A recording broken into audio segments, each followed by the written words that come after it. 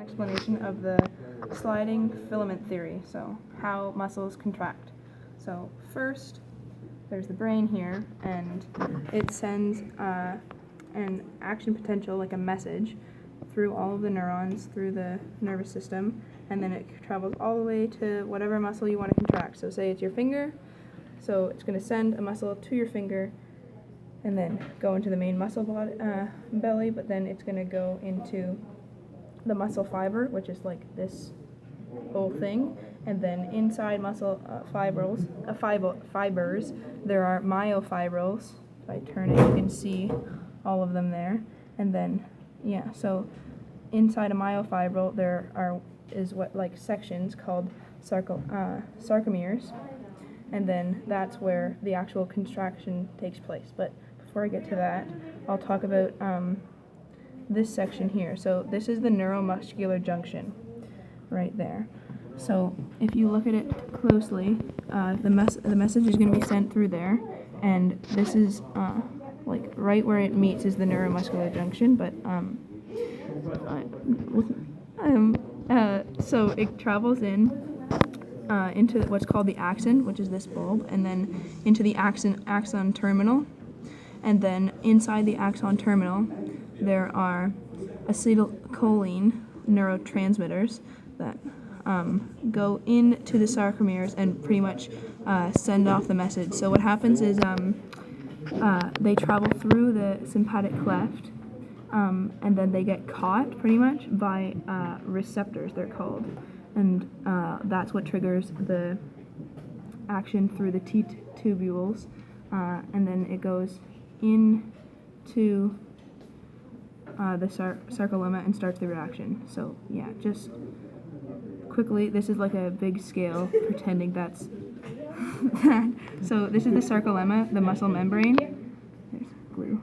And then this is these are the sarcoplasmic reticulum. So inside that, when the message is sent thanks to the ACH, and they're caught, there's a bunch of calcium that's stored up in here, and then they're let go, and then that's what happens. So we can go over here to see the big picture.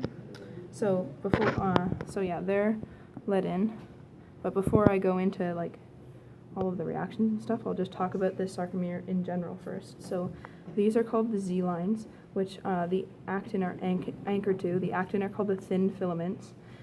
They're attached to that, and then more about actin. If this myofibril moves over, myosin moves over,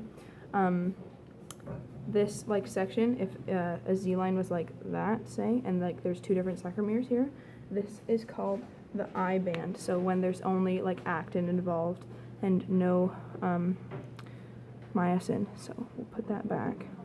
And then this is the myosin, which are thick filaments and would actually pull the actin along to cause contraction. And these are what make the skeletal muscle look striated.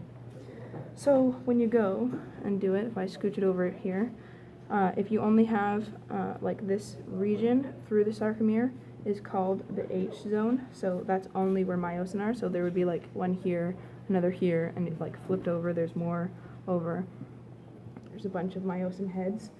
And then there's what's called the A band, so that's where they're both involved. So if there's a whole sarcomere here, this is like this region here where the actin and the myosin are both like in line.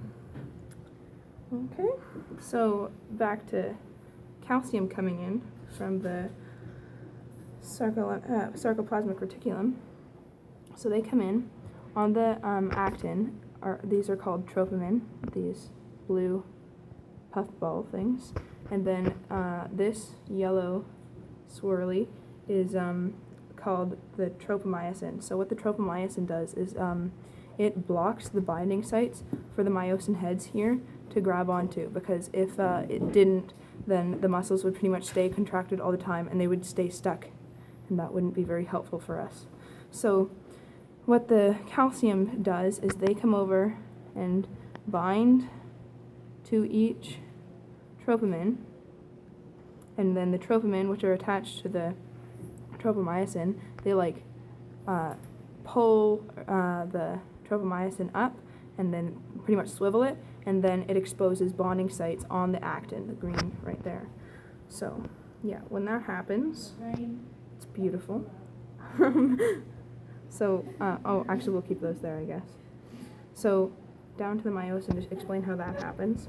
So we have ATP, which is a major contributor as well as calcium. So these are like energy molecules, which are very important to the process. So they're chilling on the myosin, and they pretty much they hydrolyze, and then they become ADP and inorganic phosphate. So inorganic phosphate, ADP, and then they go like that on them, and then that's what causes the action for the myosin to be able to pull the actin closer and contract the muscle. So what they do is they're like they come up, grab on, and then they all pull it, and then the Z line will come with it. So once these are used up, they're gone, and then more ATP will come in to the show and then turn into inorganic phosphate and ADP again, and then it'll keep on going. So what this bridge is called, what this action is called, is a cross bridge. So when the myofibril heads and the actin actually connect onto the binding sites, it's called a cross bridge. And then, yeah, it's a bit, it just pulls the actin along, and that's what contracts the muscles, and all of this Z line moves in, the I band and the 8 zone shorten, and then yeah. So if your brain decides it wants to stop this action, then it'll throw these guys away and do that last pull of the actin, and then it'll send these guys in to stop the action, and then the calcium ions will go away, and then tropomyosin will cover the binding sites again, and then the muscle won't be in use.